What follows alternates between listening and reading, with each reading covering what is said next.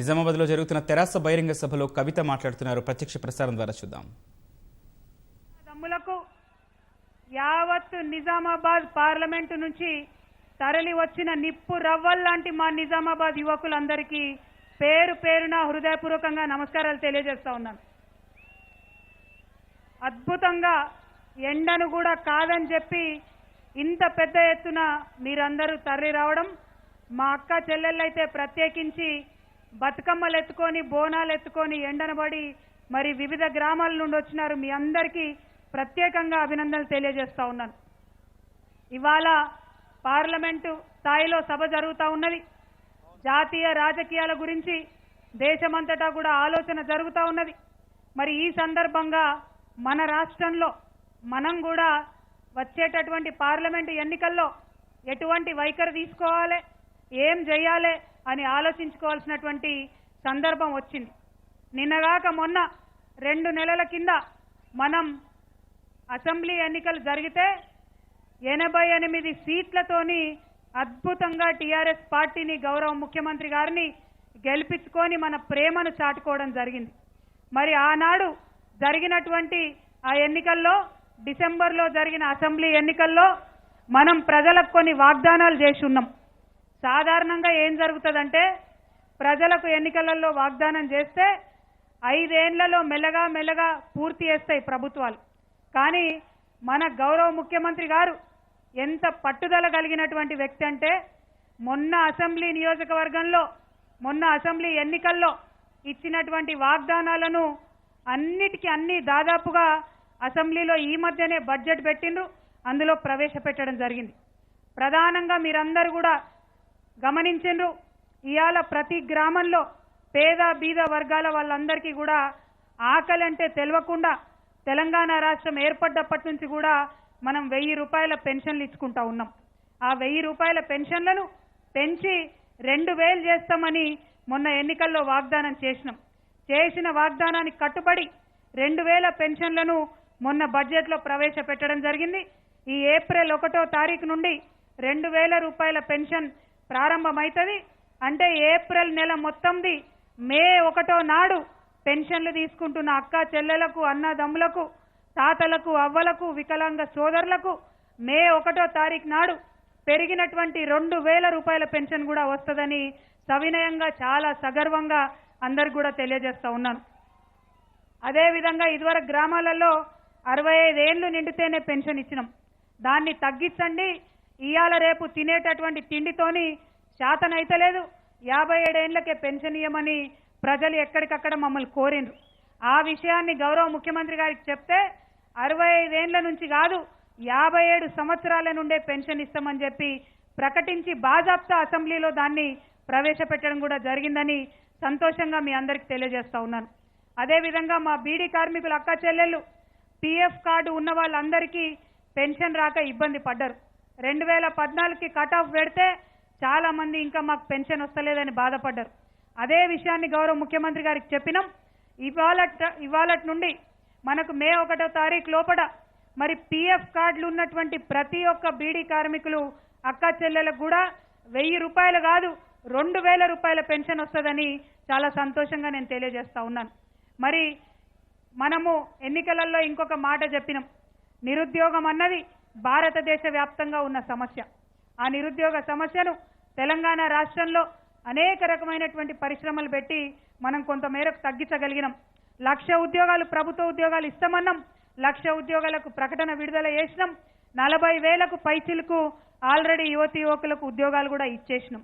దాంతో పాటు నిరుద్యోగులు ఇంకా ఉన్నటువంటి వాళ్లకు 3,000 రూపాయలు జీవన భృతి ఇస్తామని మొన్న ఎన్నికల్లో వాగ్దానం చేసినాం.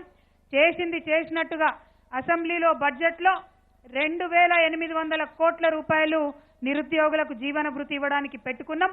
వారికి కూడా త్వరలోనే నెలకు 3,000 రూపాయలు వస్తుందని ఈ సందర్భంగా నేను తెలియజేస్తా ఉన్నాను. అదేవిధంగా ఇండ్ల జాగాలు ఇవాళ తెలంగాణ వ్యాప్తంగా మరీ ముఖ్యంగా మా ఆడబిడ్డలకు ఒక మనాది ఏంటంటే మాకు సొంత ఇల్లు ఉండాలి అనే బాధ అందరికీ ఉన్నది. ఆ బాధను గమనించి డబుల్ బెడ్రూమ్ పథకం మనం పెట్టుకున్నాం. మన జిల్లాలో వీలైన కాడికి చేసుకున్నాం. కానీ కొన్ని దగ్గరలో అవి కట్టడానికి కాంట్రాక్టర్లు ముందుకు రాలేదు. దాంతోని గౌరవ ముఖ్యమంత్రి గారు ఆలోచన చేసి సొంత జాగా ఎవరికి ఉంటే వాళ్ళ స్థలాలలో ఇల్లు కట్టుకోవడానికి 5 లక్షల రూపాయలు ఇస్తామని చెప్పడం జరిగింది. ఆ పథకం కూడా త్వరలోనే అమలవుతుందని చెప్పి చాలా సంతోషంగా నేను మా అక్క చెల్లెళ్లకు అన్నదమ్ములకు తెలియజేస్తా ఉన్నాను. మరి ఇట్లా మొన్నటికి మొన్న అసెంబ్లీ ఎన్నికలలో కోరుట్లలో చెప్పినాం మనం మీకు రెవెన్యూ డివిజన్ ఇస్తామని. అన్ని పార్టీలోళ్ళు లొల్లిపెట్టిండ్రు, ఇయ్యరు, ఎన్నికల ముంగడ చెప్తున్నారు అన్నారు. కానీ చెప్పిన నెల లోపలనే గవర్నమెంట్ ఆర్డర్ ఇష్యూ చేసి కోరుట్లలో రెవెన్యూ డివిజన్ ఏర్పాటు చేసినటువంటి ఘనత మన ముఖ్యమంత్రి కేసీఆర్ గారిదని ఈ సందర్భంగా మీ అందరికీ తెలియజేస్తా ఉన్నాను. అదేవిధంగా జగిత్యాల్లో మెడికల్ కాలేజ్ ఇస్తామని చెప్పినాం. తప్పకుండా త్వరలోనే ఆ ప్రక్రియ కూడా ప్రారంభమవుతుంది. మరి మన నిజామాబాద్లో జక్రాన్పల్లి దగ్గర ఎయిర్పోర్ట్ ఏర్పాటు చేస్తామని చెప్పినాం. దాని ప్రక్రియ కూడా త్వరలోనే ప్రారంభమవుతుందని సంతోషంగా మీ అందరికీ తెలియజేస్తా ఉన్నాను. మరి బీడీ కార్మికులు అక్క చెల్లెలకే కాదు, మా టేకేదార్ అన్నదమ్ములు ఉంటే వాళ్ళకు కూడా మనం పెన్షన్ ఇచ్చే కార్యక్రమం ప్రారంభించినాం. వారందరూ కూడా ఎంతో సంతోషంగా నిన్న మొన్న వచ్చి నన్ను కలిసిపోయి ప్రతి ఒక్క బీడీ కార్మికుల ఓటు గులాబీ జెండాకు వేసే విధంగా రాష్ట్రమంతా తిరిగి ప్రచారం చేస్తామని చెప్పినారు. టేకేదారుల అన్నదమ్ములకి నేను మనస్ఫూర్తిగా అభినందనలు, ధన్యవాదాలు తెలియజేస్తా ఉన్నాను. అదేవిధంగా మొన్న చాలా మనం విషయాలు చెప్పినాం, అవన్నీ కూడా చేసుకుంటూ పోయినాం. ఇంకా కూడా 5 ఏళ్ల కిందట చెప్పిన కొన్ని విషయాలు ఉన్నాయి, వాటన్నిటిని కూడా సాధించుకున్నాం. ఇవి ఎందుకు చెప్తా ఉన్నా అంటే మనం 70 ఏళ్ల నుంచి రాజకీయ నాయకుల్ని చూస్తున్నాం, 70 ఏళ్ల నుంచి రాజకీయ పార్టీలను చూస్తున్నాం. కానీ చెప్పిన మాట మీద నిలబడ్డ నాయకులు చాలా తక్కువ మంది ఉంటారు. మన కేసీఆర్ గారు చెప్పిన మాటను విడవకుండా అన్నిటినీ కూడా పాటించి మరి అలా దేశంలోనే కొత్త ఒరవడిని సృష్టిస్తున్నారనే విషయం మీ అందరికీ చెప్పడానికే ఇంత విపులంగా నేను దయచేసి మీ అందరికి కూడా మనవి చేస్తా ఉన్నాను.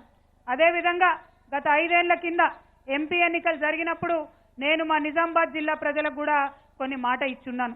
మొట్టమొదటిది నిజామాబాద్ పెద్దపల్లి రైల్వే లైన్, అది 20 ఏళ్ల నుంచి నిద్రపోతున్నది, నత్తనడక నడుస్తున్నది. ఎంపీగా నన్ను గెలిపించండి, తప్పకుండా అది సాధించి పెడతానని చెప్పి మీకు చెప్పడం జరిగింది. నిజామాబాద్ పెద్దపల్లి రైల్వే లైన్ నిధులు తీసుకురావడమే కాదు, వాటితో పాటు ఇంకా చిన్న చిన్న రైల్వే లైన్లకు కావాల్సిన దాదాపు 900 కోట్ల నిధులను మొత్తం రైల్వే డిపార్ట్మెంట్ నుంచి తీసుకొచ్చినానని మీ అందరి దగ్గర కూడా నేను చాలా సంతోషంగా మనవి చేస్తా ఉన్నాను. 20 ఏళ్లు నిద్రపోయిన రైలు తెలంగాణ వచ్చినాక, మీ తెలంగాణ బిడ్డ పార్లమెంటుకు పోయినాక కూత వెట్టి జగిత్యాల నుంచి మరి నిజామాబాద్ దాకా వస్తుందన్న విషయాన్ని మా యువకులందరూ కూడా గమనించాలని కోరుతా ఉన్నాను. అదేవిధంగా ఇంటింటికి మంచినీళ్ళు ఇస్తామని చెప్పి పార్లమెంటు అసెంబ్లీ ఎన్నికల్లో ఆనాడు చెప్పినాం. ఇవాళ మిషన్ భగీరథతోని ప్రతి ఊరికి మంచినీళ్ళు వస్తున్న విషయాన్ని మీరందరూ గమనించాలని కోరుతా ఉన్నాం. అదేవిధంగా మన మొత్తం పార్లమెంటు పరిధిలో రైతన్నలు చాలా ఎక్కువ ఉన్నారు. వారందరూ కూడా సాగు చేసుకోవడానికి నీరు కావాలనేటటువంటి ప్రయత్నం, తెలంగాణ రాకముందు పడ్డ గోస అన్ని కూడా మనం గమనించుకున్నాం.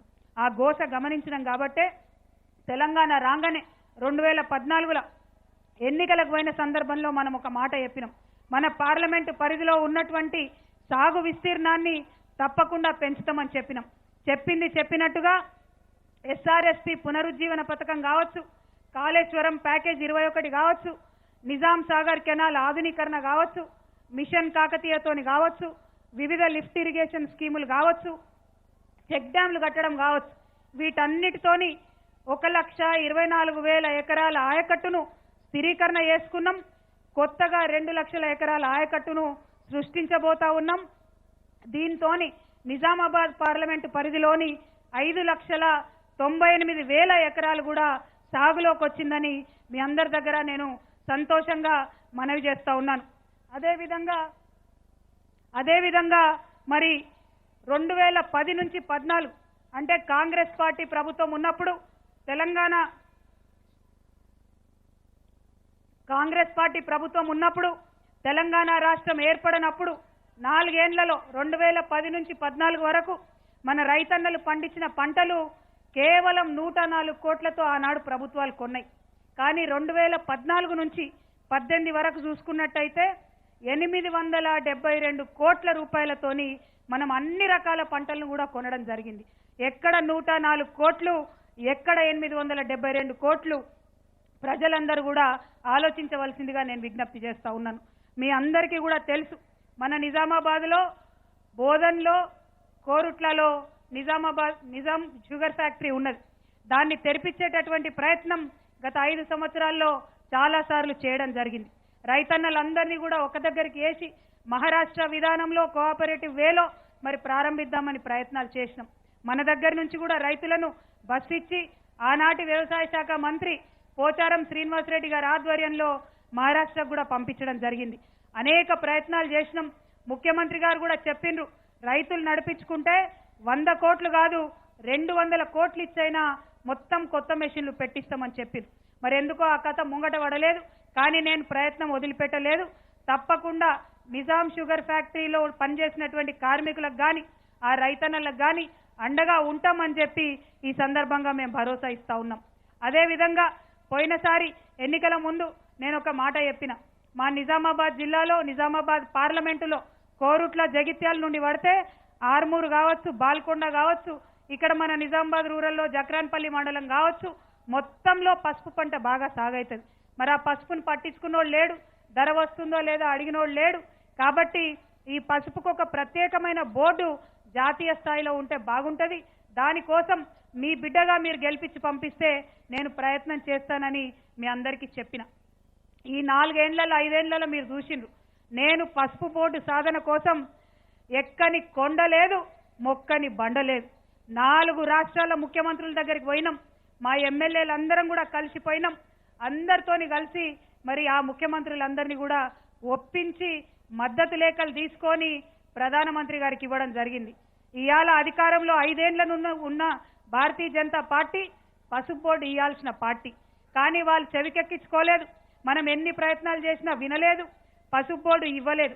ఇవ్వకపోగా మీదికెళ్ళి ఇవాళ పండ్లికలు ఇచ్చుకుంటా ఇక్కడ తెలంగాణలో ఉన్న భారతీయ జనతా పార్టీ నాయకులు మళ్ళా ఉల్టా చోరు కోత్వాల్కో డాటే అన్నట్టు నన్నే అడుగుతాండ్రు, పసుపు బోర్డు సాధన ఏడుదాకా వచ్చిందని. పసుపు బోర్డు ఇచ్చేది నేనా లేకపోతే భారతీయ జనతా పార్టీనా? ఆ విషయం దయచేసి ఎక్కడికక్కడ మన రైతన్నలు బీజేపీ నాయకులను నిలదీయవలసిందిగా ఈ సందర్భంగా నేను కోరుతా ఉన్నాను. మీ బిడ్డగా మీరు నా మీద నమ్మకం ఉంచి పార్లమెంటుకు పంపిండ్రు. నేను శక్తి వంచన లేకుండా ప్రయత్నం చేసిన మళ్ళా కూడా నా ప్రయత్నాలు ఆపను, పసుపు బోర్డు సాధించే వరకు ప్రయత్నం చేస్తూనే ఉంటానని ఈ సందర్భంగా మీ అందరికి కూడా తెలియజేస్తా ఉన్నాను. మరి ఇన్ని రోజులు 5 ఏళ్లు తెలంగాణ వచ్చిన తర్వాత మనం ప్రథమ ప్రాధాన్యాంశంగా రైతును బాగు చేసుకోవడం, వ్యవసాయం బాగు చేసుకోవడం, నీళ్లను తెచ్చుకోవడం, నదుల నుంచి మనం పెద్ద పెద్ద ప్రాజెక్టులు కట్టుకోవడం మీద మన దృష్టి అంతా కూడా పెట్టినాం. వాటితో పాటు మరి ఇక రాబోయే 5 ఏళ్లలో ప్రధానంగా మన ప్రతి గ్రామంలో నిజామాబాద్ పార్లమెంటరీ నియోజకవర్గంలో పంతం బట్టి నేనైనా మన శాసనసభ్యులందరమైనా కూడా ప్రతి గ్రామంలో ఇల్లు లేని పేదవారందరికీ కూడా ఇండ్లు ఇచ్చేంత వరకు విశ్రమించకుండా మొదటి ప్రాధాన్యత అంశంగా పనిచేస్తామని ఈ సందర్భంగా మీకు హామీ ఇస్తా ఉన్నాం. అదేవిధంగా మా ఆడబిడ్డలు ఊర్లలో ఉండి డ్వాక్రా గ్రూపులు కట్టుకొని మరి లోన్లు తీసుకుంటున్నారు. కానీ వచ్చేటటువంటి లోను తలా ఇంత పంచుకొని ఇంటికి పోయేటటువంటి పరిస్థితి ఉన్నది. అట్లా కాకుండా డ్వాక్రా గ్రూపులను రైతన్నలు పండించేటటువంటి పంటలతోని అనుసంధానం చేసి ఉన్న ఊర్లో ఉన్న ఇంట్లోనే మా ఆడబిడ్డలకు చేతు నిండా పని, మనకు మంచి ఆదాయం వచ్చే విధంగా, అదేవిధంగా రైతన్నల పంటలకు మంచి ధర వచ్చే విధంగా ఫుడ్ ప్రాసెసింగ్ పరిశ్రమల్ని ప్రతి నియోజకవర్గంలో మండల స్థాయిలో కూడా స్థాపిస్తామని ఈ సందర్భంగా తెలియజేస్తా ఉన్నాం.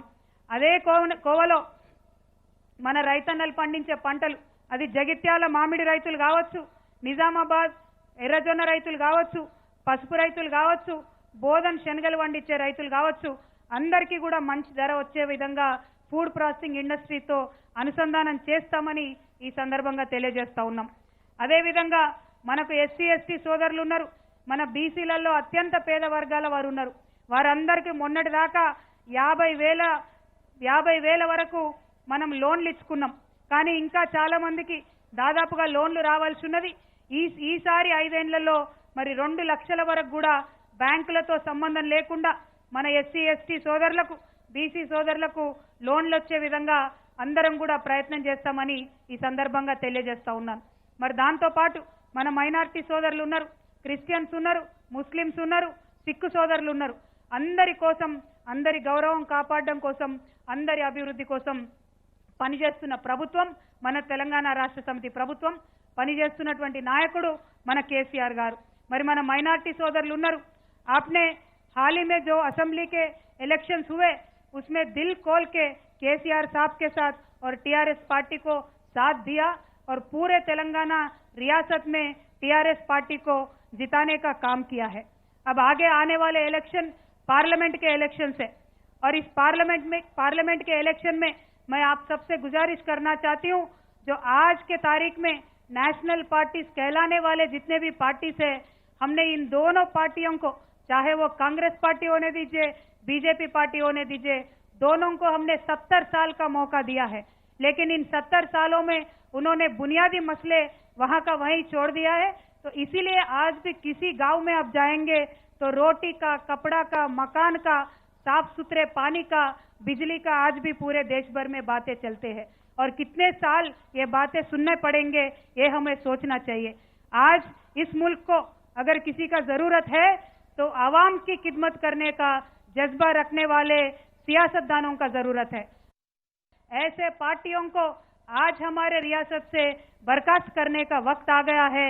टीआरएस पार्टी के साथ खड़े होके इस पार्लियामेंट के इलेक्शन में आप सारे टीआरएस पार्टी के कायदों को जिताए, ऐसा मेरा आपसे गुजारिश है। टीआरएस पार्टी అంటే మరి తెలంగాణ రాష్ట్ర సమితి మాత్రమే కాదు, టీఆర్ఎస్ పార్టీ అంటే తెలంగాణ రైతుల సమితి. ఈ మాటను నేను గర్వంగా చెప్తా ఉన్నా, సగర్వంగా చెప్తా ఉన్నా. ఎందుకంటే టీఆర్ఎస్ పార్టీ దేశంలో 24 గంటలు రైతులకు ఉచితంగా కరెంట్ ఇస్తున్న ఏకైక పార్టీ, ఏకైక రాష్ట్రం మన తెలంగాణ రాష్ట్రం. ఇవాళ నీటి తీరువ రద్దు చేసినటువంటి ఏకైక రాష్ట్రం మన తెలంగాణ రాష్ట్రం. రుణమాఫీ మనం చేస్తామని చెప్పినాం, పోయినసారి సంపూర్ణంగా చేసినాం, ఈసారి చేయడానికి ప్రయత్నాలు ప్రారంభించినాం. మరి ఇటువంటి పార్టీ మన టీఆర్ఎస్ పార్టీ, ఇటువంటి నాయకుడు మన కేసీఆర్ గారు. అదే విధంగా మరి రైతు బంధుకు మొత్తం శ్రీకారం చుట్టి దేశవ్యాప్తంగా ఇలా రైతులందరికీ లాభం జరిగేలాగా చేసినటువంటి పార్టీ టీఆర్ఎస్ పార్టీ, చేసిన నాయకుడు కేసీఆర్ గారు. రైతు బీమా ఇస్తున్నటువంటి ఏకైక ప్రభుత్వం మరి మన టీఆర్ఎస్ పార్టీ ప్రభుత్వం. అందుకే టీఆర్ఎస్ అంటే తెలంగాణ రాష్ట్ర సమితి కాదు, టీఆర్ఎస్ అంటే తెలంగాణ రైతు సమితి అని మనందరం కూడా గర్వంగా గల్లా ఎగరేసుకొని చెప్పేటటువంటి పరిస్థితి ఇవాళ ఉన్నది. మరి ఇటువంటి సందర్భంలో రైతన్నలంటే ఎటువంటి వాళ్ళండి? పాపం అమ్మ తర్వాత అందరి కోసం కష్టపడి అన్నం పెట్టేటోడు రైతు. అమ్మ తల్లి ఎట్లయితే అన్నం పెడతదో కష్టం చేసి దేశానికే అన్నం పెట్టేటటువంటి వాడు రైతు. గంగిగోవులు లాంటి వాళ్ళు మన రైతులు. అభం శుభం తెలియదు, వేరే ఆలోచన ఉండదు, కేవలం పొలంలోకి పోవాలే, కష్టపడాలే, మనం పండించుకోవాలనే ఆలోచనే ఉంటది తప్పితే ఇంకొకటి ఉండదు. మరి అటువంటి గంగిగోవులు లాంటి రైతుల మధ్య ఇవాళ మన నిజామాబాద్ జిల్లాలో కొన్ని తోడేళ్లు వచ్చినాయి. ఈ తోడేళ్లు ఎక్కడి? రైతుల మధ్య, రైతుల ముసుగులో బీజేపీ మరియు కాంగ్రెస్ తోడేళ్లు వచ్చినాయి. రైతులు కాదు, ఈ బీజేపీ నాయకులు, ఈ కాంగ్రెస్ పార్టీ నాయకులు ఏమంటున్నారు? ఇవాళ జాతీయ స్థాయిలో ఎర్రజొన్నల కష్టాలు తెలవాలంటే, జాతీయ స్థాయిలో పసుపు రైతుల కష్టాలు తెలవాలంటే నిజామాబాద్ పార్లమెంట్ నియోజకవర్గంలో వేల సంఖ్యలో నామినేషన్లు వేయాలంటున్నారు. పర్వాలేదు, ఒకవేళ అట్లా చేస్తే రైతన్నల సమస్యలు శాశ్వతంగా పరిష్కారం అవుతాయంటే అంతకన్నా మనకు కావాల్సింది ఏం లేదు. కానీ ఈ దేశంలో ఇంకొక ఇద్దరు వ్యక్తులు ఉన్నారు. ఒకటి రాహుల్ గాంధీ గారు, ఇంకొకటి నరేంద్ర మోడీ గారు.